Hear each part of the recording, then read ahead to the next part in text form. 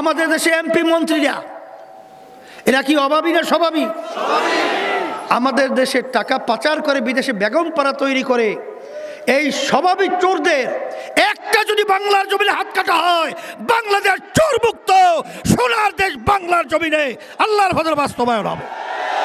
এটা একটা পবিত্র আমানত। পবিত্র আমানত রাখতে হবে পবিত্র জায়গায়। দুনিয়ার সৃষ্টির পরে যত নীতি আদর্শ আমরা দেখেছি, ইতিহাস পড়েছি, একমাত্র কালজয়ী মানুষের দুনিয়াতে শান্তির জন্যে, আখেরাতে মুক্তির জন্যে একমাত্র নীতি আদর্শ, যেটার নাম হলো ইসলাম। বাংলাদেশে জাতীয় নির্বাচন চলছে। 2026 ফেব্রুয়ারি 12 তারিখ জাতীয় নির্বাচন হবে। আমরা 54 বছর অনেকে ভোট দিয়েছি।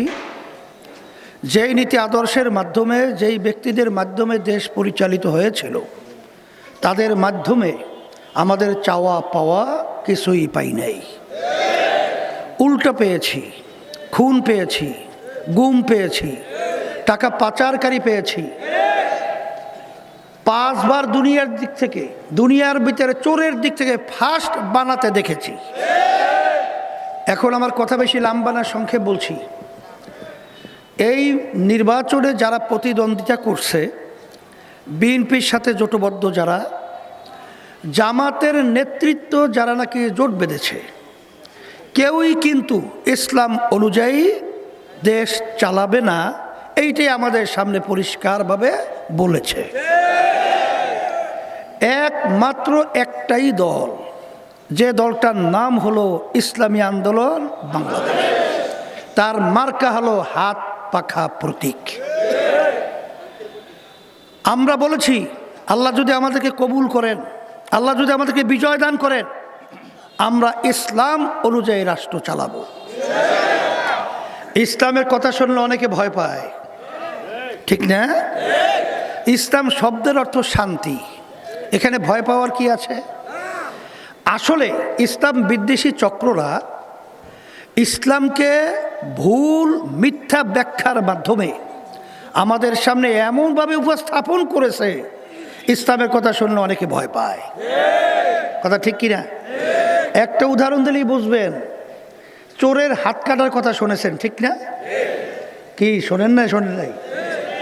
ইসলাম কিন্তু সব চোরের হাত কাটার নির্দেশ দেয় নাই।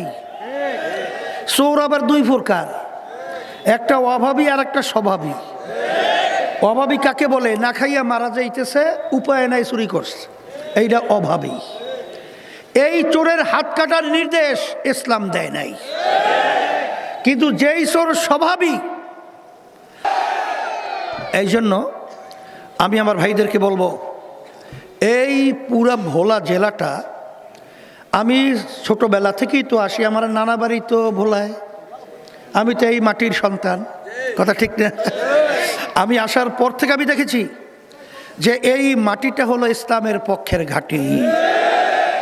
এই জন্য আমি সকল ক্ষুধার্ত আহ্বান জানাবো, ভোট দিয়ে কেউ ধনীও হয় না, গরিবও হয় না, কিন্তু ভোটের মাধ্যমে ঈমান ধ্বংস হয়, গুনার অংশ আমলনামায় জমা হয়, এবং ভোটের মাধ্যমে দেশের পরিবর্তন আসে, মানুষের শান্তি এবং অশান্তির পরিবেশ তৈরি হয়।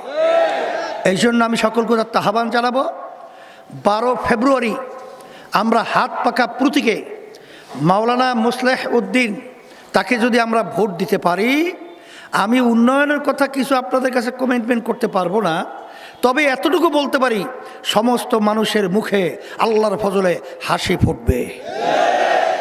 এই জন্য আমি সকল ক্ষুধার্ত আহ্বান জানাচ্ছি, যদি ইসলামের পক্ষে হাত পাকা প্রতীকের একটা ভোট যদি বাড়ে, আপনার ইসলামের পক্ষের শক্তি বাড়ে। অনেকে আবার কেউ মনে করিলেন না, আমাদের প্রার্থী হইতে পারবে না, ভোট দিয়ে লাভ কি? এবার কিন্তু একটা সুযোগও আছে। এবার আপার হাউস আছে না, এই সারা দেশের ভোট গণনা হবে।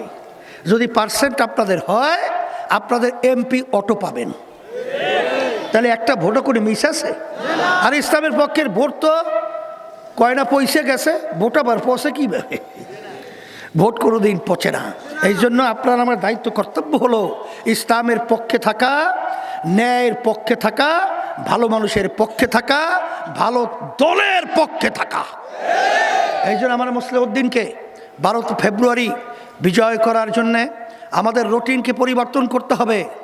দিন রাতের দিকে না তাকিয়ে আমার ভাইদের কাছে যাব, আমার মা বোনদের কাছে দাওয়াত পৌঁছাবো এবং ইসলামের পক্ষে হাত পাকা প্রতীকে ভোট বাড়াবার জন্যে, ভোট দেওয়ার জন্যে আমরা কে কে চেষ্টা করো হাত উঠেই দেখাই তো একটু। আল্লাহ আল্লাহ দেখুক, সবাই হাত উঠেই দেখে, আল্লাহ দেখুক।